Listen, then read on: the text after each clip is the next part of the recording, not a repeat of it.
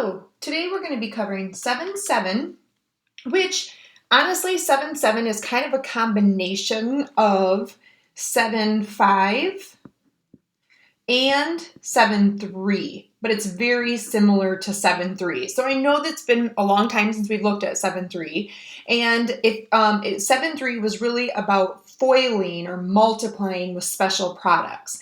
So as you can see here, I have an example of what 7-3 looked like. If you remember, again, 7-3 had two different tricks. It had this first one, and it had the second one where we have this exponent outside the parentheses. So really quick, if we go back and review 7-3, when we FOIL this out, when we do first, outer, inner, and last, notice how our middle terms cancel.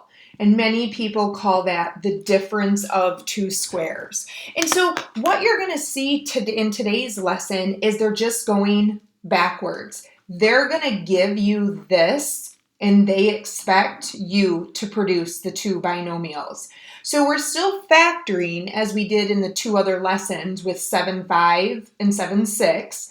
The only thing is it's more like 7-5 today because you don't see a ton of coefficients out front. Yes, you will see some. There are some coefficients out front, so that's more similar to what 7-6 was about, coefficients, but it follows a lot of the properties of 7-5. So one thing before we begin here is I hope you know what your perfect squares are. Now again, if we were together, I would ask you for these. Perfect squares are numbers like 1 squared, 2 squared, 3 squared, 4 squared, and so on. So now we're going to go 5 squared, 6 squared, 7 squared, 8 squared, 9 squared, and 10 squared. And that's usually plenty high enough for us, okay? Now it really will be helpful if you can recognize these perfect square numbers, or you might even want to get like an index card and put them on an index card, and that way you can just kind of pull them out for reference. Typically, we don't use the 1 because 1 times 1, 1 divided by 1, this doesn't really get us anywhere. So we typically start to think of those ones, but those are called our perfect squares. So if we look at example 1, do you notice that there is no middle term like what we saw right here? So in order to get this middle term to cancel, we need our parentheses to be exactly the same, only we want our signs to alternate.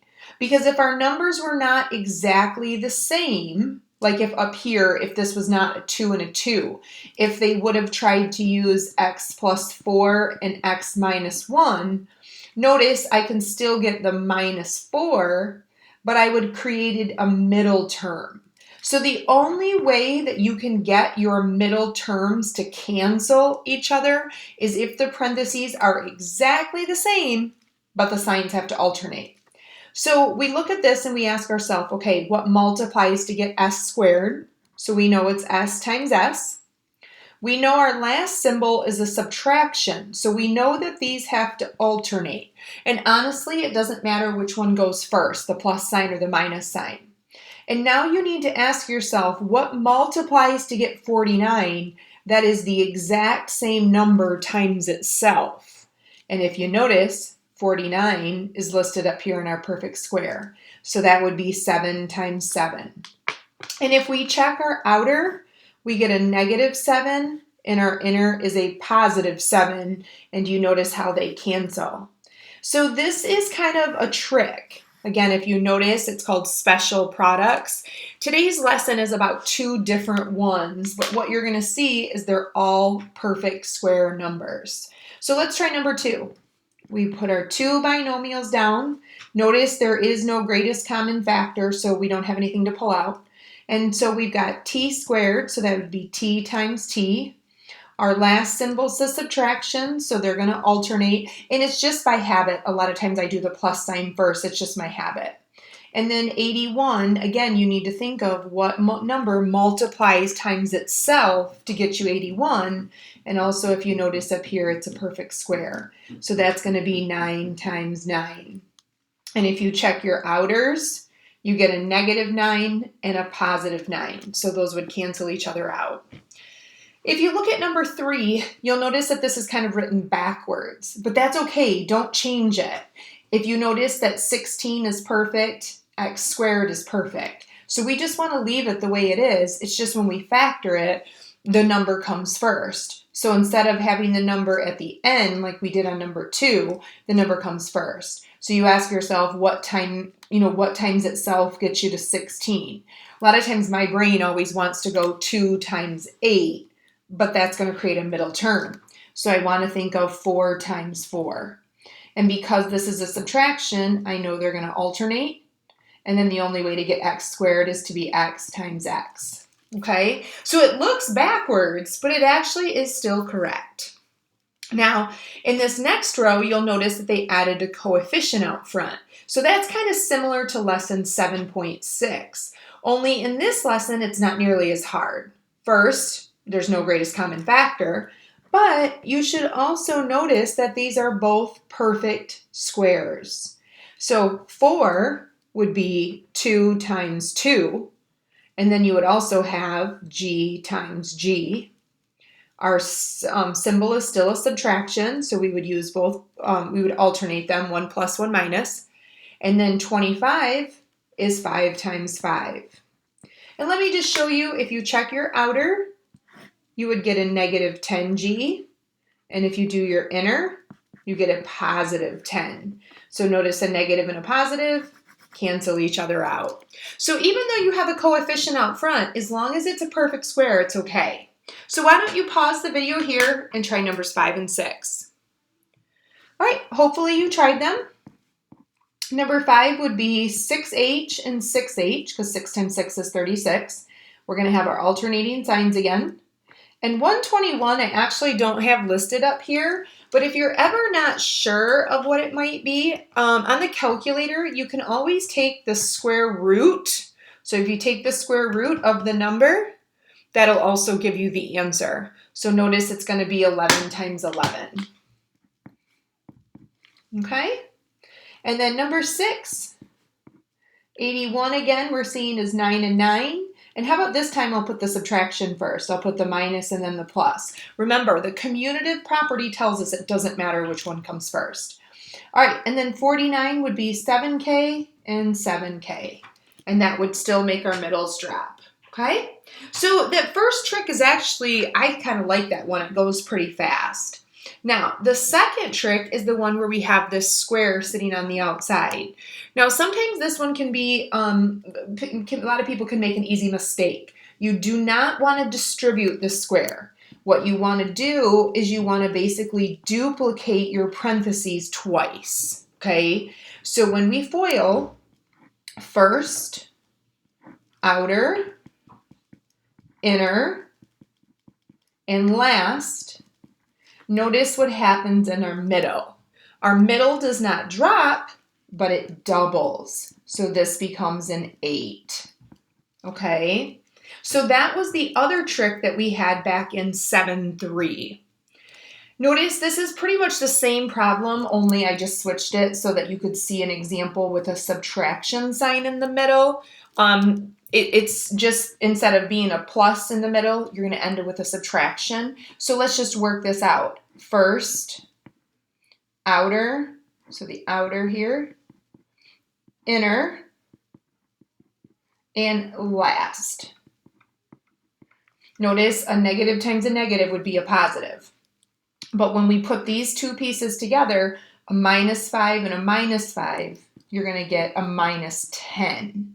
So notice we're still combining the middles, but see how my signs are different, and that's okay. So this was the second trick that we had. And so if we go down below here, notice the first thing I want you to see is that there is no greatest common factor. So we're just going to have to put our two parentheses down. X would be x times x. Notice our symbols are the same. And when we look back, they're both plus signs. And now we ask ourselves, what multiplies times itself to get 64, that when we add them together, we get 16? And that would be 8 and 8. Now, if you want to leave your answer like this, that would be perfectly acceptable. But a lot of people, because this is what we call repeated, would write it like that. So those are the same answer. This is probably just a little bit more common to see.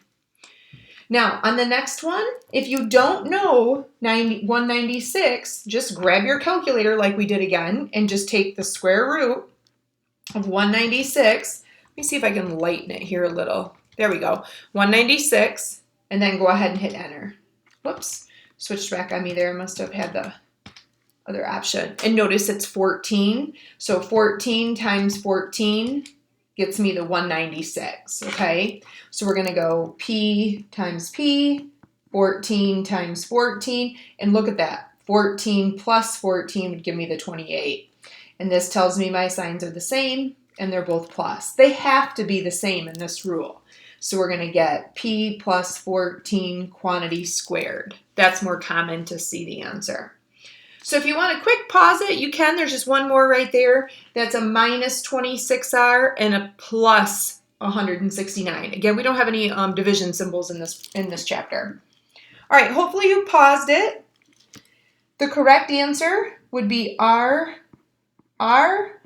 13 times 13. And notice in this one, see how this is the symbols are the same. They have to be the same. And then we look back and they're both subtractions. This rule always has a plus on the end, but the symbol, this other symbol could be a subtraction or it could be addition. So we have R minus 13 quantity squared, but it has to be a plus in order for these two to be the same. If this was a subtraction, then this rule would not apply at all, okay? So hopefully you're feeling pretty comfortable. I have a couple more on the back here. This first one is probably pretty easy, but I just wanted to show one with these coefficients out front. So if you notice, we've got a coefficient out front, but if you notice, this coefficient is also a perfect square. Now that's a C. It looks like it's a little hard to, on the projection. It's 36C squared. So that's all right. Let's just work with it. What times itself gets me 36? So it'd have to be 6 times 6. And then we use the letter. And the letter is not really that big of a deal. If you would rather change them to all X's, you could. It's just this is what the way they were printed in the student journal, so that's what I used. And then 49, again, what times itself would be 7 times 7. This tells me my symbols are the same. So when I look back, they're both plus signs. Now when I first look at that, man, my eyes don't see the 84. But let's quick check our outer. So 6 times 7 would be 42, and our inner, 7 times 6, would also be 42. So notice I do have the right middle term, okay? So once again, you can leave it like that, or you could change it to 6C plus 7 quantity squared, okay? So why don't you pause it, and if you want to quick try number 12. That's 100x squared minus 20x plus 1. So go ahead and pause it here. All right, hopefully you paused it. Let's give it a quick try. That's going to be 10x times 10x, because 10 times 10 is 100. Hey, look at 1. Remember, I told you don't see that one very often, but every now and then it does come up. Hey, 1 times 1, that's no big deal. And then we have a plus symbol, so when we look back, they're both subtraction signs. And if we check, our outer would be a negative 10x, and our inner would be a negative 10x. There's your negative 20. So we know we've done it right. And then if we want to just duplicate the parenthesis, that would be our final answer. Okay? And then the last section, if you notice, I just tried to give you one of each trick. But do you see the key word here? Solve. Do you notice how they both have an equal sign in them? So this is just taking it one step further. So number 13 is going to go back to our trick from the other page. It's going to go back to this trick here where the signs are alternating. The only way to get that middle term to drop is for our signs to alternate. But before we do this, we do have to move the 144 over to the other side. So we're going to get x squared minus 144. We want everything to be on one side. Once we have it on one side, we're going to go ahead and factor. So we have x times x. And because this is a subtraction, we know our signs are going to alternate. And if you don't know 144, we can go ahead and just take the square root of 144. And that's going to be 12. So this is going to be a plus 12 and a minus 12 equals 0. And typically we would be done, but because it says solve and because we see the equal sign, we just have to go that one extra step. So we just set each one equal to 0. And if you remember, setting them equal to 0 was really in the tail end of lesson 7.4. That was like the very end of that lesson. And so now we just subtract the 12. So we get x to be negative 12. And then we add the 12. So we get x to be positive 12. Now you are more than welcome to leave your answer just like this. But sometimes what you'll see, because you have the negative and the positive, is people will go like this. Plus or minus 12 is the correct answer. But you're welcome just to leave them separate. It's no big deal. Okay? So this is the rule where the middles drop. Over here, this is the other rule that we were dealing with above. But now notice everything's on one side, so we don't have to move anything. We just have to factor. So we're going to go, what multiplies to get c squared? And then notice our symbols are the same. And when we look over here, they're both plus signs. And then what multiplies times itself to get 49, that will combine to get 14. And so hopefully you're thinking 7 times 7.